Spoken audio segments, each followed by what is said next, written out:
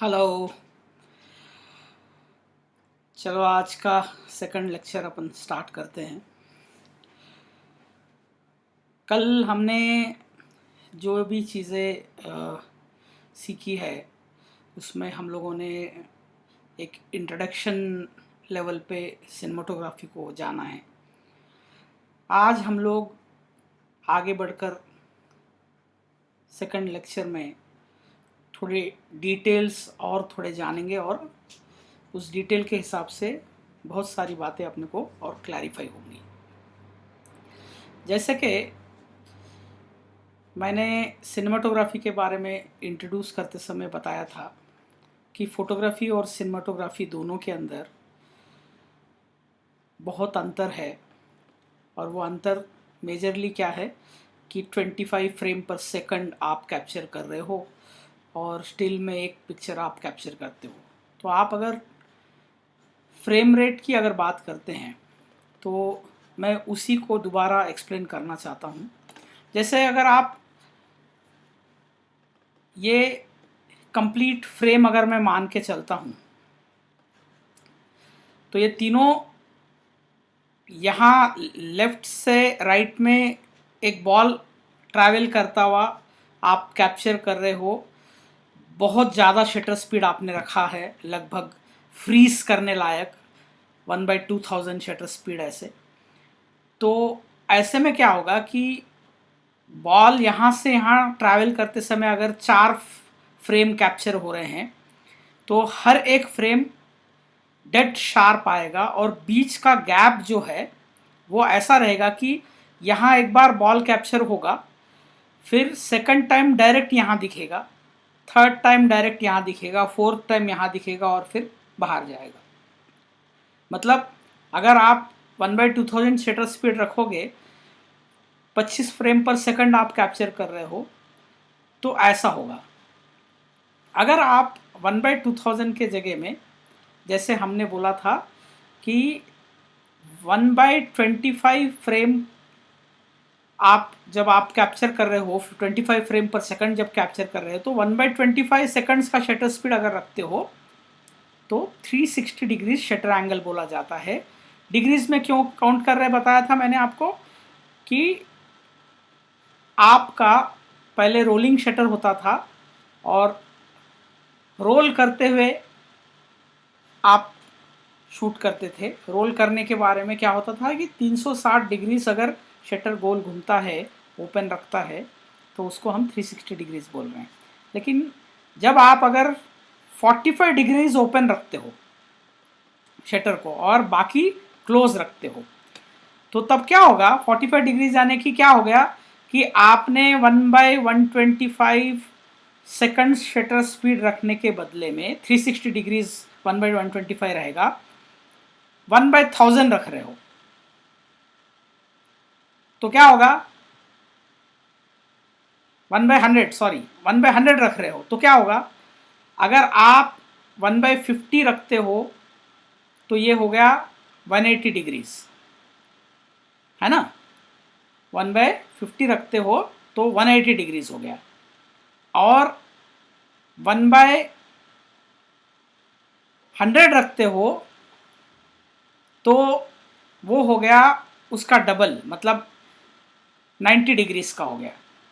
और 200 अगर रखते हो तो 45 डिग्रीज हो गया। अगर आपने 200 शटर स्पीड रख के शूट किया तो पहले डेड शार्प इमेज जो था उसके बदले में ये थोड़ा सा मूविंग होते हुए कैप्चर हुआ है 1/200 शटर स्पीड में।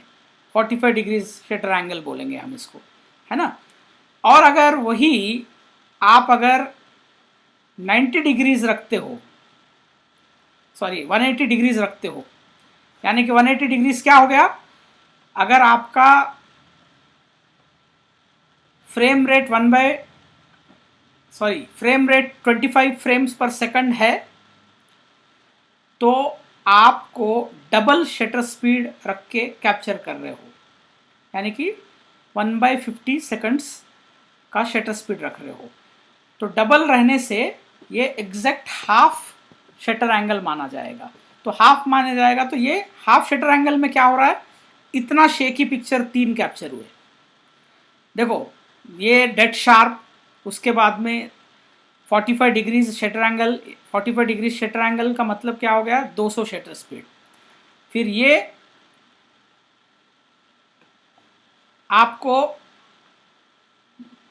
180 डिग्रीज के साथ में ले रहे हो आप। 180 में कितना हो गया, इतना शेक आया है, देखिए कितना शेक आ रहा है। 45 में थोड़ा सा ब्लर हुआ है, 180 में देखो कितना हुआ है, 180 मतलब 50 शटर स्पीड, ठीक है। अब 270 में देखो कितना शेक हो गया है। तीनों फ्रेम आए हैं, लेकिन तीनों फ्रेम ऑलमोस्ट शेकी हो गए। जब आप फुल शटर एंगल यूज करते हो 360, तो तीनों फ्रेम एक दूसरे के साथ मिलके आएंगे, क्योंकि गैप बिल्कुल नहीं है। एक फ्रेम खत्म हुआ तो दूसरा स्टार्ट हुआ, दूसरा खत्म हुआ तीसरा स्टार्ट हुआ। तो आपको बॉल सिर्फ मूव हुए सो दिखेगा, उसका शेप ही नजर नहीं आएगा। तो कहने का मतलब क्या है कि सिनेमा में अगर आपको बॉल भी ढंग से दिखाना है और शटर एंगल को भी मैनेज करना है, तो मैनेज इसलिए हम लोग 180 डिग्री शटर एंगल रखने के लिए क्यों इंसिस्ट करते हैं। ये 180 डिग्रीज में भले ही बॉल एग्जैक्ट शार्प नज़र नहीं आ रहा है, लेकिन इसमें ये हो जाता है कि मूविंग, कोई चीज़ मूव होते हुए, पहले बॉल किसी के पैर के पास है तो आपका माइंड क्या करेगा, एक सर्कुलर चीज़ उसके पैर के पास है ऐसा रीड करेगा। उसके बाद कोई बंदा उसको मारता है तो आपको एक शेकी बॉल जाता हुआ नज़र आएगा, लेकिन आपके ब्रेन को ऑलरेडी एक बॉल का शेप और उसके पैर के पास देखा हुआ मेमोरी में चला गया। तो आपको ये ब्लर से कोई दिक्कत नहीं होगी और आपका ब्रेन इसको बॉल की तरह ही देखेगा, वो भले ही ब्लर रहे। लेकिन अगर आप 180 से ज़्यादा शटर एंगल रखते हो तो वो इतना ब्लर होता है कि कई बार बैकग्राउंड के साथ में मर्ज हो जाता है। तो आपको बैकग्राउंड यहाँ डार्क है इसलिए आपको पता नहीं चल रहा है, बॉल दिखेगा। लेकिन जब आप बैकग्राउंड डार्क नहीं रख के कोई लाइट रहती है तो ये एक दूसरे के साथ में मिक्स हो जाता है। जैसे अपने घर में फ़ैन गोल घूमते समय बैकग्राउंड दिखता है फ़ैन के पीछे का, क्यों, क्योंकि वो इतना फास्ट घूम रहा है कि आपके आँखों का जो शटर स्पीड है उसको देख नहीं पा रहा है। तो इसी तरह से यहाँ पर ये होता है। तो इसलिए 180 डिग्रीज को हम लोग सबसे ज़्यादा प्रिफर करते हैं और शूट करने के पैटर्न से भी बहुत कुछ फ़र्क पड़ता है। ये तो अपन लोग कैमरा स्टिल है और सामने सब्जेक्ट मूव हो रहा है इसलिए ये सब ऐसे ब्लर्ड नज़र आ रहा है। लेकिन एक और चीज़ क्या है कि अगर आप ये शटर एंगल की हम बात करते हैं तो इसी में इंस्टेड ऑफ 25 फ्रेम पर सेकंड में 4 ही बार बॉल दिख रहा है, जिस स्पीड से भी बॉल जा रहा है 1 2 3 और यहाँ पर एक बार दिखेगा। अगर आप 50 फ्रेम पर सेकंड शॉट लेते हो तो क्या होगा, 50 फ्रेम पर सेकंड में क्या होगा, यहाँ पर 4 के जगह में 8 बार बॉल दिखेगा, हर एक बॉल के बीच में एक और बॉल दिखेगा, इतनी बार एक्सपोज होगा। 50 फ्रेम पर सेकंड में क्या होगा, उसका शटर एंगल 180 डिग्रीज क्या हो जाएगा, 50 फ्रेम का 1/100 शटर स्पीड हो जाएगा। यहाँ पर 25 फ्रेम पर सेकंड में 180 डिग्री शटर एंगल का मतलब 1/50 शटर स्पीड है। और अगर आप फ्रेम रेट बढ़ाते हो तो शटर एंगल भी उस फ्रेम रेट के हिसाब से डबल हो जाएगा। मतलब आप कोई भी फ्रेम रेट में शूटिंग करो, 180 डिग्रीज को मेंटेन करना ये सबसे ज़्यादा फिजिबल होता है। तो ये एक टेक्निकली फ्रेम रेट के बारे में है। तो अभी आगे बढ़ते हैं अपन, इसके बारे में बार बार आएगा तो हम लोगों को ज़्यादा कन्फ्यूजन भी नहीं होगा, हमको क्लैरिफाई होते रहता है टाइम टू टाइम, है ना। तो अभी हम आगे बढ़ते हैं। अपना जो टॉपिक आज दूसरा टॉपिक ये है कि सिनेमा में शूटिंग करते समय और डिस्प्ले होते समय डिफरेंट फॉर्मेट्स भी होते हैं। तो आज हम उन फॉर्मेट्स के बारे में भी बात करेंगे। जैसे सबसे शुरुआत जब सिनेमा की हुई थी तो हम लोग 35 फॉर्मेट के अंदर पूरे मूवीज़ देखते थे। अप्रॉक्सीमेटली एक रेक्टेंगुलर के जगह में स्क्वायर में आपको मूवी दिखती थी। जैसे हमारा पुराने टीवी का जो रेशो होता है 2:3, तो उस रेशो में हमको नज़र आता था। तो वो मूवीज़ सारे के सारे वैसे ही दिखते थे। तो हम लोग 35 फॉर्मेट जब बोलते हैं तो हमारा जो फिल्म है, जो हम लोग फ़ोटोग्राफी के लिए यूज़ करते हैं, पहले करते थे 35 की फ़िल्म, उस फिल्म को ही 35 फिल्म बोला जाता है। जो हम लोग जो हमारे स्टिल फोटोग्राफी के कैमरास में डालते थे, सेम फिल्म रहती थी, जो साइड में गेयर होता है, तो वही फिल्म को हम 35 फिल्म बोल रहे हैं। तो अभी वो जो फिल्म है, उस फिल्म के हिसाब से अगर देखेंगे, ये वाला जो है नीचे से तीसरे नंबर का ऊपर, नीचे से तीसरे नंबर वाला जो है वो 35 फॉर्मेट है। अब ये 35 फॉर्मेट जो है, हम लोग जब फोटोग्राफी करते हैं तो ये ऐसे खड़ा नहीं चलता है, आड़ा चलता है। जैसे ये रखा हुआ है ना, वैसे आड़ा चलता है।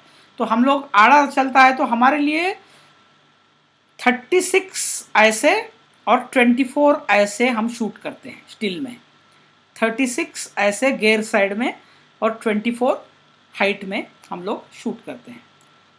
तो 36/24 मिलीमीटर।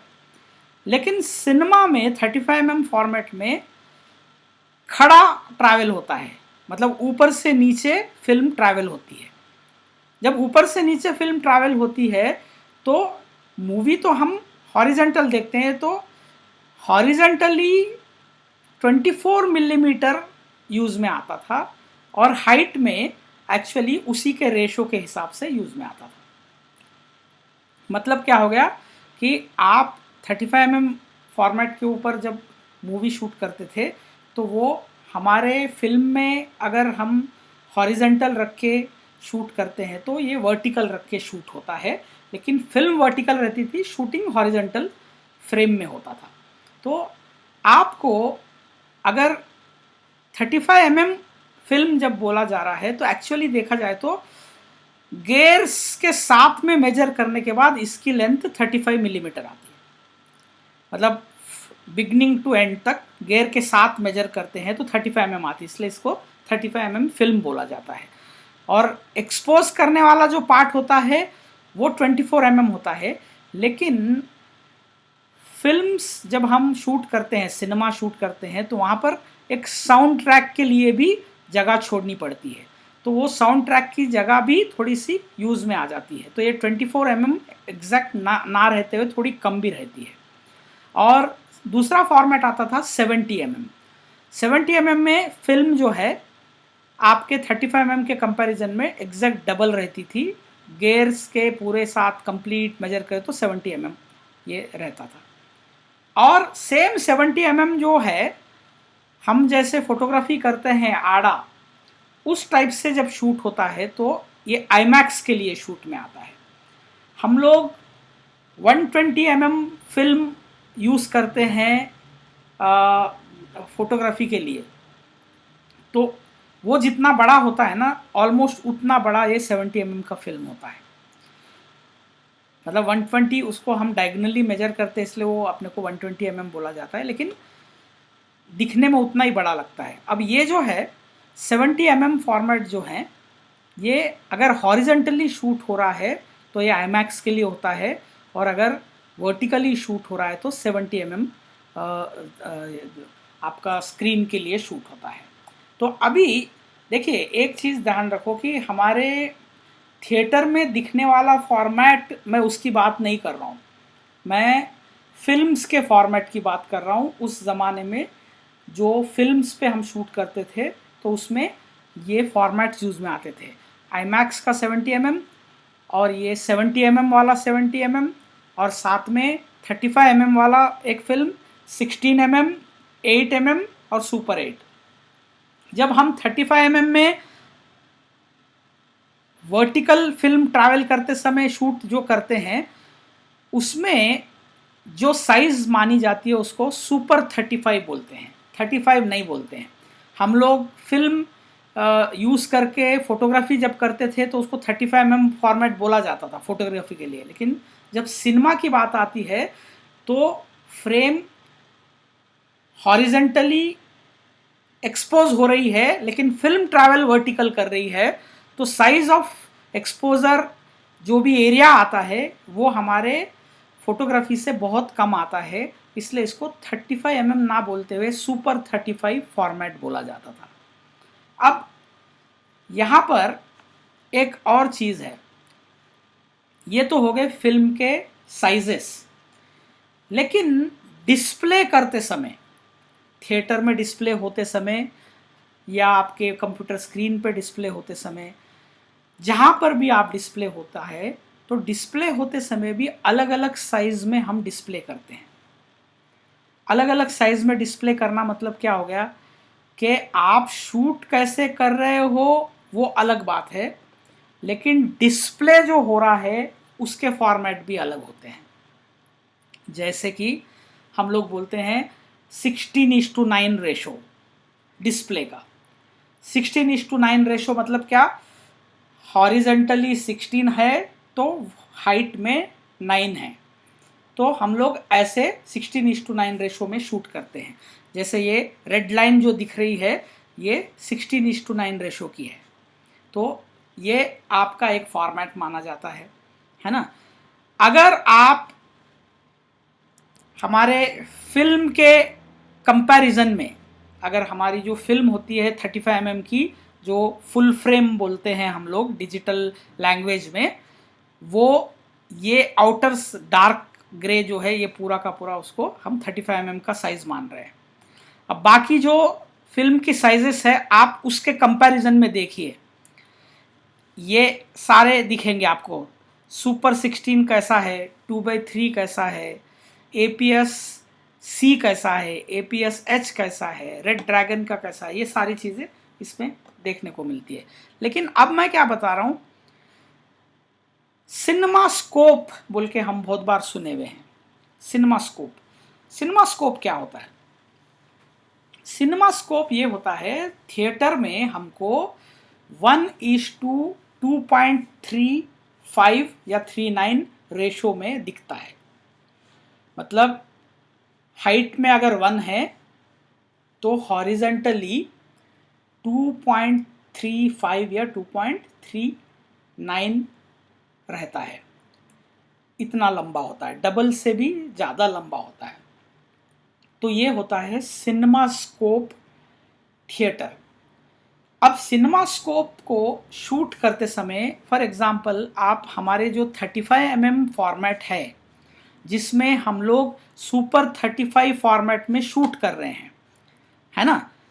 कैसे, अभी ये जो फिल्म है बीच में दिख रही है ये 35 फॉर्मेट है, और इसमें अगर आपको सिनेमा स्कोप शूट करना है जो रेशो मैंने बताया है उसमें अगर शूट करना है तो हॉरिजेंटली आपका पूरा 24 यूज़ भी कर रहे हो तो वर्टिकली आप बहुत कम एरिया यूज़ करते रहते हो, तो फिल्म का रेजोल्यूशन आप पूरा इस्तेमाल ना करते हुए शूट कर रहे हो, तो वाइल डिस्प्लेइंग आपकी क्वालिटी बहुत डाउन हो जाती है, क्योंकि आप पूरी फिल्म की साइज को इस्तेमाल नहीं कर रहे हो वर्टिकली। हॉरिजेंटली तो कंप्लीट यूज कर रहे हो, vertically due to cinema scope format 1:2.35 उसका प्रॉब्लम आ रहा है। तो फिर ऐसे में जब आप शूटिंग करके डिस्प्ले कर रहे हो सिनेमा स्कोप बोल के बड़े पर्दे पे, तो फिल्म जो यूज में आ रही है वो हमारे रेगुलर 35 से भी कम यूज में आ रही है। देखिए 35 में कितना यूज में आ रहा है, ये ऊपर लिखा हुआ है सुपर 35। अब सुपर 35 में दो जो ब्लैक लकीरें हैं उसके बीच में पूरा हम शूट कर रहे हैं, मतलब हॉरिजेंटली 24 है तो वर्टिकली उसका साइज अच्छा खासा है।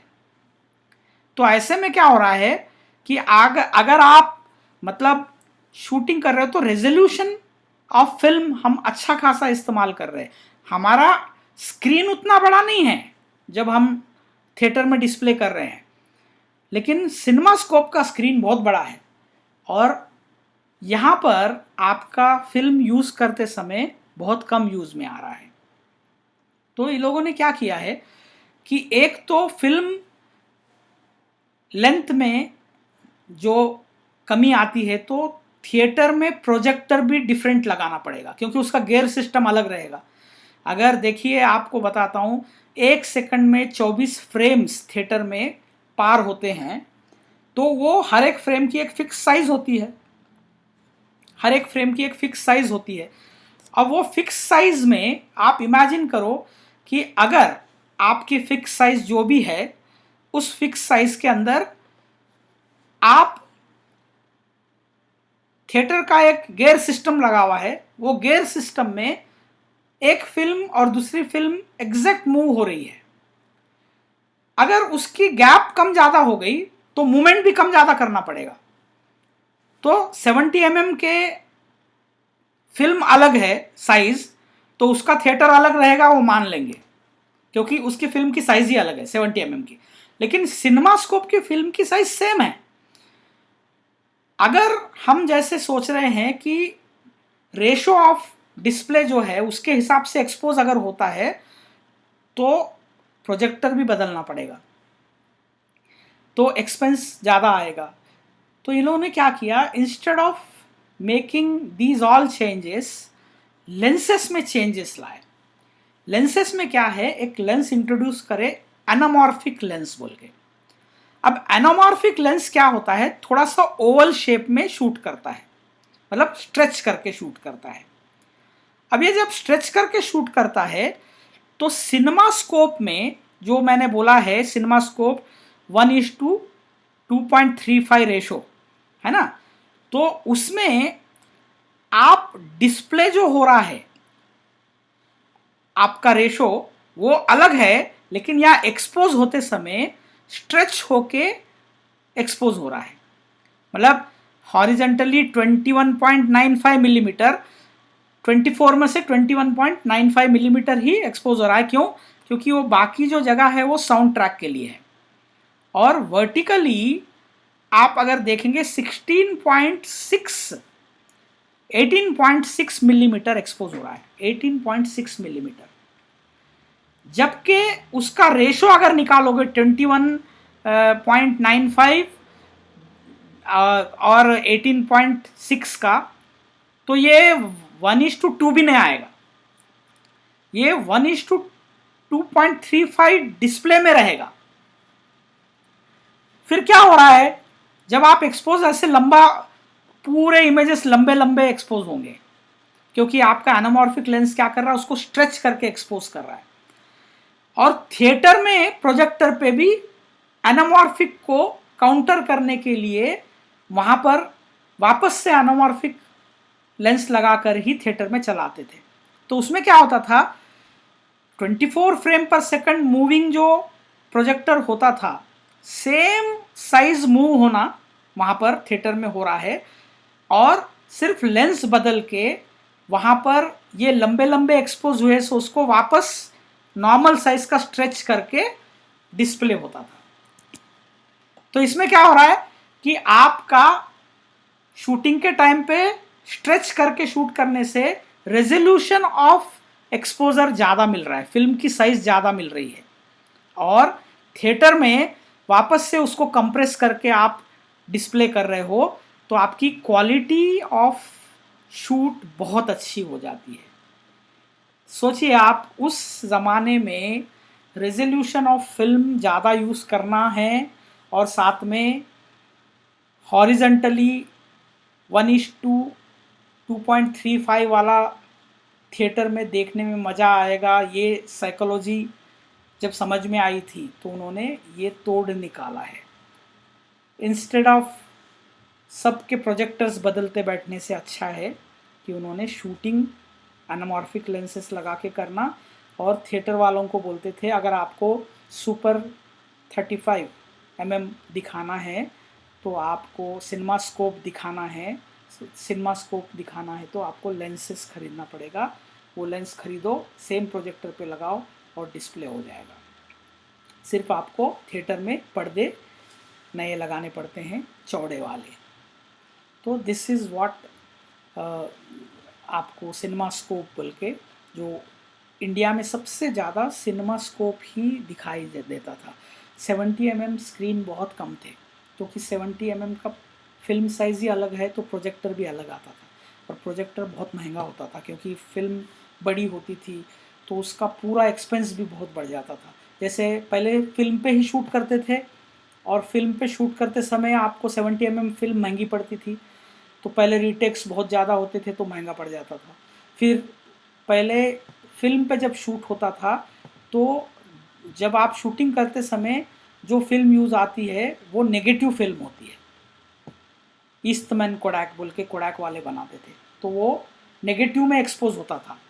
फिर नेगेटिव एक्सपोज होने के बाद उसको डेवलप करके उसको एडिट करने के बाद पॉजिटिव बनती थी उसकी। जब पॉजिटिव बनती थी तो पूरा काम होने के बाद जब पॉजिटिव बनती है, तो पॉजिटिव बनने के बाद आपको मल्टीपल कॉपीज़ के लिए उस नेगेटिव को यूज़ करते रहते थे। मतलब जैसे 35 mm का एक प्रिंट, पॉजिटिव प्रिंट का उस ज़माने में जो अगर 2 घंटे की फिल्म होती थी तो 45,000 खर्चा आता था उस टाइम पे। 45,000 एक प्रिंट का। और अगर आप देश भर में 500 थिएटर में रिलीज़ करना चाहते हो तो आपको 45,000 हर एक का खर्चा करना पड़ेगा। 500 इंटू 500, तो इट्स वेरी एक्सपेंसिव। तो आपको शायद जो लोग इस चीज़ों को ऑब्जर्व करें उनको थोड़ा याद भी आ सकता है कि एक एक रील जो होती है ना, वो एक रील के बाद दूसरा, दूसरे के बाद तीसरा, ऐसा प्रोजेक्टर में चलता है। तो प्रोजेक्टर कभी भी ना एक नहीं रह के दो रहता है थिएटर में, मतलब एग्जैक्ट बाजू बाजू रखा हुआ रहता है, डिस्प्ले एक ही जगह में हो रहा है। क्या करते थे, एक रील अगर आपने एक प्रोजेक्टर में चढ़ा दिया तो मूवी चलते चलते वो रील ख़त्म होते ही दूसरा प्रोजेक्टर ऑन हो जाता है, आपको पता भी नहीं चलेगा। कई बार क्या होता है कि थोड़ा सा ब्लैकआउट होके वापस आता है, तो प्रोजेक्टर स्विच होते सो ब्लैकआउट होता है। छोटे गांव में एक ही प्रोजेक्टर पे जब थिएटर चलाते हैं तो 4 इंटरवल रहते हैं, मतलब 2 छोटे इंटरवल और बीच में एक बड़ा इंटरवल, ऐसे इंटरवल होते हैं।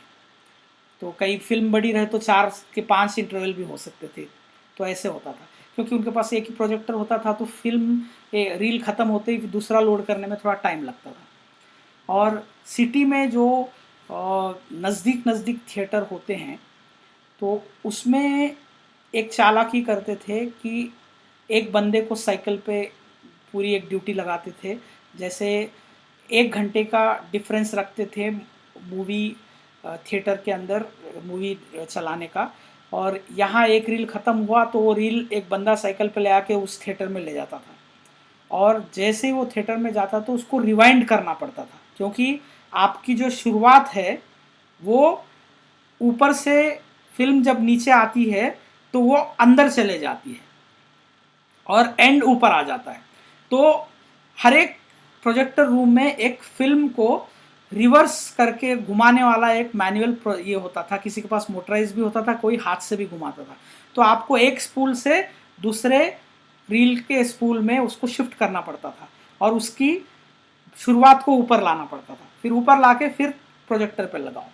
जैसे वहाँ डिस्प्ले होता था तो वो रील ख़त्म हुआ कि फिर से वो पहले थिएटर में चला जाता था। ऐसे एक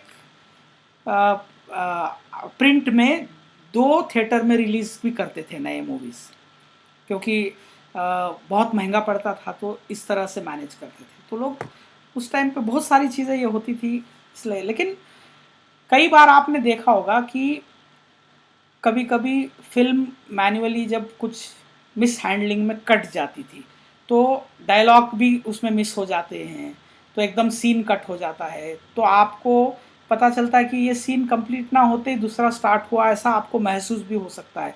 जो पुराने प्रिंट्स होते थे ना, तो उसमें ऐसे प्रॉब्लम आते हैं। मतलब पहले सिटी में रिलीज़ होते थे, फिर छोटे गांव में जब रिलीज़ होते हैं तो ओल्ड प्रिंट जाता था, तो उस पर स्क्रैचेस भी रह सकते थे, उस पर आपको कुछ सीन मिसिंग भी रहते थे, तो पता भी नहीं चलता था लोगों को, क्योंकि वो लोग फिर सस्ते में पर वीक, अगर आपको रिलीज़ वाली फिल्म आपको पर वीक के लिए अगर 1 लाख रुपया पर वीक लगता है, तो गांव में वो 5,000 10,000 रुपये पर वीक में मिल जाती है।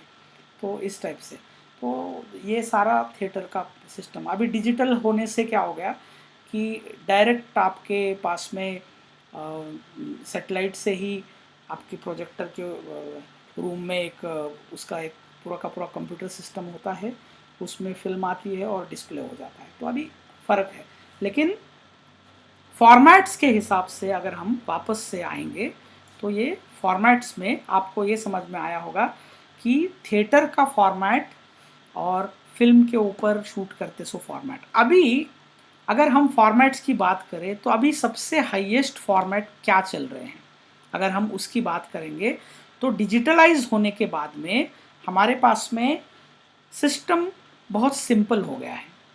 जैसे आपका सुपर 35 mm के जो सिनेमा कैमरा है, डिजिटल कैमरा, उसके सेंसर की साइज़ छोटी रहती है, ना उसमें कोई फिल्म मूव होना है ना कुछ होना है ना, वो तो सेंसर पे शूट हो रहा है और सेंसर से आपको मिलने वाला है।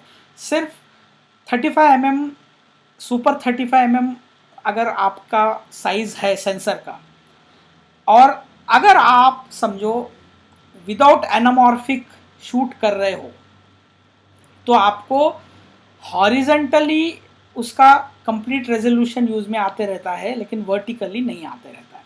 जैसे अगर हम 5D Mark II कैमरा, जो सबसे पहले DSLR में आपको शूटिंग की फैसिलिटी दिया था, वीडियो शूटिंग की, तो वो फुल फ्रेम में ही आपको शूट करके देता है। तो फुल फ्रेम मतलब क्या हो गया, 35 mm फुल फ्रेम, ये जो सबसे ऊपर रखा हुआ है ना, हम लोग उस पर शूट करते हैं।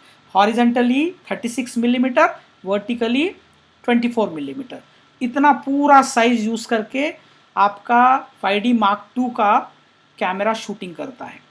तो आप अगर रेजोल्यूशन को मेजर करते हो तो मोस्टली हॉरिजेंटल पिक्सल को ही मेजर किया जाता है। मतलब अगर कोई बोल रहा है कि मैं 4K वीडियो दे रहा हूँ, आजकल ये 4K मतलब K मीन्स 1000, तो 4000 पिक्सल्स, हॉरिजेंटली 4000 पिक्सल्स है, इसलिए उसको 4K बोला जाएगा। कितना हॉरिजेंटली पिक्सल्स कितने हैं, 4000। वर्टिकली कितने हैं उसका कुछ लेना देना नहीं, हॉरिजेंटली कितना है उसको मेजर किया जाता है। वर्टिकली कितने हैं ये कैसे पता चलेगा, it depends upon in which format you are displaying. Pixels की साइज स्क्वायर होती है, एग्जैक्ट स्क्वायर। तो अगर हॉरिजेंटली 4000 है तो वर्टिकली आपको जो भी रेशो में आप शूट कर रहे हो उस अकॉर्डिंगली आपको वर्टिकल पिक्सल मिलते हैं। जैसे आप 16:9 रेशो में शूट कर रहे हो, तो हॉरिजेंटली अगर आपको 4000 है तो वर्टिकली आपको वो 16:9 वाले 9 के रेशो में जितने बैठेंगे उतने ही मिलेंगे। तो ये आपका रेजोल्यूशन होता है। लेकिन गिनते समय हम लोग 4K सिर्फ हॉरिजेंटल को ही गिनेंगे, है ना। जैसे अभी अब फुल HD बोलते हैं, full HD format. Full HD format मतलब 16:9 रेशो में आपको हॉरिजेंटली 1920 पिक्सल्स है, वर्टिकली आपको 1080 पिक्सल है, 1080 पिक्सल्स। ये हो गया फुल HD फॉर्मेट। मतलब हॉरिजेंटली 1920, वर्टिकली 1080, ये आपका फुल HD फॉर्मेट हो गया। मतलब हम लोग जो भी टीवी देखते हैं घर में, अगर आपका टीवी फुल HD है तो उसमें भी हॉरिजेंटली और वर्टिकली इतने ही पिक्सल होते हैं डिस्प्ले के लिए। मतलब आप अगर 4K वीडियो देखना चाहते हो और आपके पास टीवी 4K नहीं है तो आपको कोई 4K दिखने वाला नहीं है। आपका टीवी भी 4K चाहिए तभी दिखेगा। आपके पास में शूटिंग कर रहे हो आप 4K में, लेकिन डिस्प्ले करते समय आपके पास 4K डिस्प्ले नहीं है तो कोई यूज़ नहीं है, क्योंकि वहाँ पर आपके पास उतने पिक्सल है ही नहीं, तो वो डिस्प्ले उतना शार्प दिखाएगा नहीं जितना आपने शूट किया है। तो मतलब ये हो गया कि डिजिटल में अगर स्क्रीन आपका प्रोजेक्टर नहीं है और टीवी है तो टीवी का खुद का रेजोल्यूशन भी होता है और उसके हिसाब से डिस्प्ले करेगा, है ना। हाँ, आपका 4K टीवी है और आप फुल एचडी फॉर्मेट डिस्प्ले कर रहे हो तो तब भी फुल एचडी ही दिखेगा, 4K नहीं दिखेगा, क्योंकि फिर वहाँ पर आपके जो भी आपने इनपुट दिया है वो रेजोल्यूशन काम करता है। और फिर थिएटर में क्या होता है, प्रोजेक्टर का रेजोल्यूशन होता है। तो आप अगर आजकल देखे होंगे कि now we are displaying in 4K बोल के शुरुआत में ऐड डालते हैं थिएटर वाले। मतलब सबसे पहले फुल एचडी बोला जाता था, फिर उसके बाद 2K आया, अभी 4K शान से बोल ले रहे हैं कि अभी हम लोग 4K में आपको दिखा रहे हैं। लेकिन 4K में दिखा रहे हैं तो आपको जो फिल्म आप रिलीज़ कर रहे हो वो भी 4K में आपको लेना पड़ेगा, तो ही वो 4K दिखेगा, वरना नहीं दिखेगा। अगर आपने जो भी मूवी रिलीज़ किया और वो मूवी ही 2K में शूट हुआ है तो कोई मतलब नहीं है। इसलिए आप ध्यान से देखना कि जो इंटरवल में एड्स आती है वो उतने शार्प नहीं दिखती है, बहुत सारे ऐड। क्यों? क्योंकि उसका रेजोल्यूशन बहुत कम रहता है और बड़े स्क्रीन पे दिखाते रहता है वो, तो इसलिए वो उतना शार्प नज़र नहीं आता जितना मूवी दिखता है। तो ये आपको ये भी पता चलना चाहिए कि वाइल शूटिंग जो रेजोल्यूशन मेंटेन कर रहे हो, वाइल डिस्प्ले अगर वो मेंटेन होता है तो ही मतलब का है, वरना कोई मतलब का नहीं है। तो जैसे ये 35mm फॉर्मेट की मैंने बात किया है, तो ये 35mm हॉरिजेंटल हमारे फुल फ्रेम के हिसाब से हम देख रहे हैं। तो आजकल डिजिटल में कोई गेयर्स तो होते नहीं हैं, तो आप कई कैमराज हॉरिजेंटल जो हमारा फुल फ्रेम होता है उतने बड़े साइज पे भी इमेज को कैप्चर करता है। लेकिन कैप्चर करते समय स्टिल का रेजोल्यूशन दूसरा और वीडियो का रेजोल्यूशन दूसरा रह सकता है। जैसे अगर आप 5D Mark II की बात करें तो वो 21 मेगापिक्सल का कैमरा है। मतलब 21 मेगापिक्सल में हॉरिजेंटली वो 5600 पिक्सल्स रहते हैं हॉरिजेंटली, मतलब वो 5.6K रह सकता है, लेकिन वैसा नहीं हो रहा है, उसमें सिर्फ फुल एचडी ही शूटिंग हो रही है। ऐसा क्यों हो रहा है? क्योंकि उस कैमरा में जो प्रोसेसर है वो प्रोसेसर 1 सेकंड में 5.6K रेजोल्यूशन के 25 फ्रेम्स को रिकॉर्ड नहीं कर सकता है, क्योंकि आपको प्रोसेसर भी फास्ट लगता है और आपके पास जो सेव करने का मीडियम होता है, जो भी डिजिटल कार्ड होते हैं उसमें, वो भी बहुत फास्ट लगते हैं। और आप इमेजिन करो अगर आपके पास प्रोसेसर उतना फास्ट भी है, जैसे हम लोग सिनेमा कैमरा रेड हो गए, आरी हो गए, ये यूज़ करते हैं, अगर हम 4K में भी शूट करते रहते हैं, 6K 8K, तो ऐसा होता है कि अगर हम 3 मिनट का शूट कंटिन्यू करते हैं तो कैमरा गर्म होकर बंद भी गिर जाता कई बार। तो इतना लंबा शॉट कोई भी नहीं लेता 3 मिनट का। हमारे शॉट्स कितने रहते हैं? हार्डली 30 सेकंड 40 सेकंड के शॉट रहते हैं। कई बार ये हो जाता है कि डायरेक्टर बोलता है कि मेरे को यहाँ पर बिना कट का चाहिए, तो और वो बिना कट का समझो 1 मिनट का सीन है कंटिन्यू। अब 1 मिनट का सीन कट हो गया, कई बार रिटेक्स हो रहे तो कैमरा गर्म हो जाता है, तो सिनेमाटोग्राफर बोलता है भाई थोड़ा सा हमको कैमरा के लिए रेस्ट देना पड़ेगा, it is not working because गर्म हो गया कैमरा। क्यों? क्योंकि इतने प्रोफेशनल कैमरा भी नॉन स्टॉप शूट करते हैं तो गर्म हो जाते हैं, क्योंकि वो प्रोसेसर इतना लोड कंटिन्यू शूट करके डिस्प्ले सेव करने का लोड नहीं ले सकता है। इसीलिए सिनेमा कैमरा और हमारे DSLR कैमरास में मेजर फ़र्क यही है कि आपके पास में स्टिल्स का रेजोल्यूशन बहुत है, लेकिन उस पे आपको शूटिंग करते सो रेजोल्यूशन नहीं मिलता, और अगर मिलता भी है रेजोल्यूशन तो आप एक्चुअली उसमें अभी दूसरी चीज़ें और आ जाती है कि बिट रेट में फ़र्क रहता है। बिट रेट क्या फ़र्क होता है, बिट रेट में फ़र्क क्या रहता है, मैं उसके बारे में आपको पूरा डिटेल में बताऊंगा। क्योंकि अगर आप सेव कर रहे हो इमेज को और रॉ में सेव करना चाहते हो हर एक पिक्सल का इंफॉर्मेशन, तो आपके DSLR कैमराज वगैरह के प्रोसेसर उतना सपोर्ट नहीं करते हैं, क्योंकि रॉ में क्या होता है हर एक पिक्सल का इंफॉर्मेशन सेव होता है, हर एक पिक्सल का। अगर आप 4K शूट कर रहे हो तो हर एक पिक्सल का इंफॉर्मेशन सेव होगा रॉ के अंदर। जैसे रेड में, आरी में, इसमें रॉ में जब शूट होता है तो सभी पिक्सल्स का इंफॉर्मेशन सेव होता है। तो ऐसे में बहुत ज़्यादा स्ट्रॉन्ग प्रोसेसर लगता है। इसलिए हमारे कैमरा में स्टिल्स की आपके पास में रेजोल्यूशन बहुत ज़्यादा रहता है, लेकिन वीडियो के लिए या सिनेमा शूट करने के लिए रेजोल्यूशन उतना नहीं रहता है।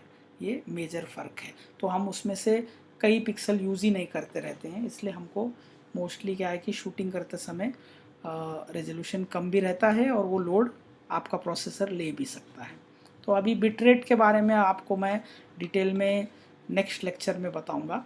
अभी आप लोगों को ये जितने भी मैंने फॉर्मेट्स के बारे में बताया है, ये फॉर्मेट्स में आज के डेट में जो भी डेवलपमेंट होके हम अभी 35mm फुल फ्रेम फॉर्मेट के ऊपर सारी दुनिया अभी स्टिक हो रही है।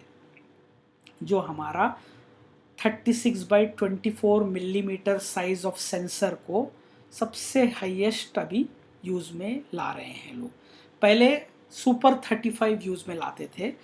सुपर 35 का साइज़ जो है, मैंने जैसे आपको पहले बताया था कि 21 बाई आपको हॉरिजेंटली यूज़ करने को मिलता है 21 मिलीमीटर, तो वर्टिकली आपको जो भी आप फॉर्मेट बना रहे हो उसके हिसाब से होता है। लेकिन सेंसर का साइज़ जो होता है सुपर 35mm के सेंसर का साइज़ भी 16:9 रेशो का होता है। अब वो अलग बात है कि आप 16:9 रेशो में से जो 9 है उसको कंप्लीट यूज़ ना करते हुए आप उसको कितना कम कर रहे हो वो आपके ऊपर है। जैसे आप अगर 16:8 यूज़ कर रहे हो फॉर एग्जांपल, तो उसको हम क्या बोलते हैं 1:2। 16:8 को मतलब अगर हाइट में जितना है उससे डबल हॉरिजेंटली है 1:2।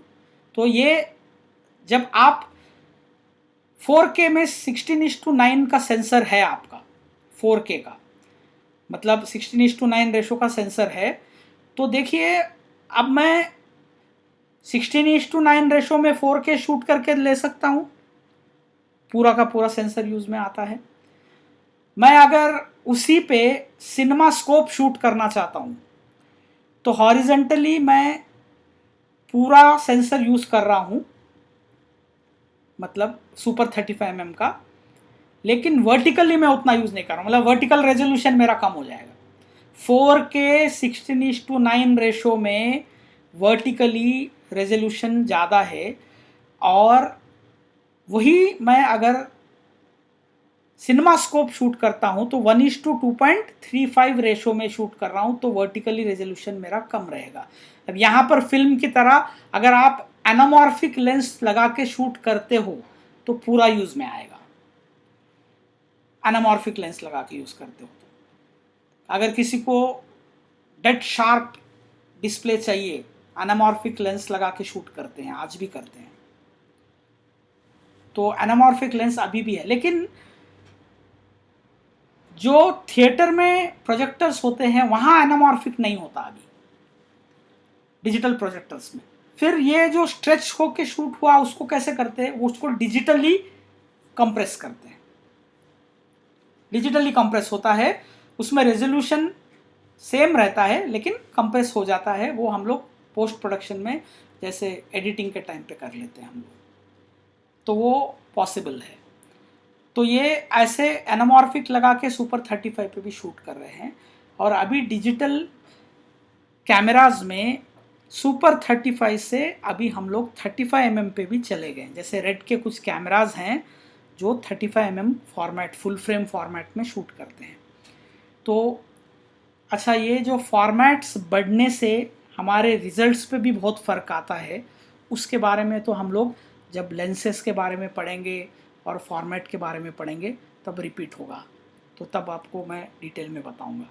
तो मोस्टली अभी हम लोग जो भी आज के लेक्चर में देखे हैं, तो इससे आपको एक जजमेंट आया होगा कि हम लोग शूटिंग कर रहे हैं वो डिफरेंट है, लेकिन साथ में ये जो फॉर्मेट्स की जब बात आती है तो हमको ये फॉर्मेट्स के बारे में भी जानना बहुत ज़रूरी है।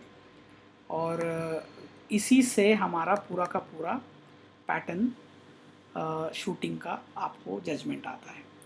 तो आज का लेक्चर मैं यहीं रोकता हूँ। इसमें अगर कुछ भी डाउट्स आते हैं आप लोगों को तो आप लोग नोट करके रखिए, क्योंकि सिनेमा में इतने सारे स्टेजेस होते हैं, हर स्टेज में अलग अलग अलग चीज़ें रहती है और इन सबको सिंक्रोनाइज करके शूट करना पड़ता है। तो बहुत सारी बातें याद रखनी पड़ती है शूटिंग के टाइम पे भी, एडिटिंग के टाइम पे भी, थिएटर में रिलीज़ करते टाइम पे भी, या आप किसी टीवी पे या कोई नेटफ्लिक्स या अमेज़ॉन पे दे रहे हो तब भी, ये सब बातें ध्यान रख कर ही शूट किया जाता है। तो बहुत सारी बातों को आपको बिल्कुल ध्यान रखकर शुरुआत भी करनी पड़ती है और फिर पूरा डिस्प्ले होने तक पूरी जिम्मेदारी लेनी पड़ती है। तो आप लोगों को भी ये सारे ट्रैक धीरे धीरे समझ में आ जाएंगे। तो देखते हैं, आप लोग होप कि समझ में भी आ रहा होगा। और आप लोगों को अगर जो भी डाउट्स आते हैं डेली के डेली आप लोग पूछा करो, है ना। तो मिलते हैं फिर कल दूसरे तीसरे लेक्चर के लिए, है ना। चलो बाय।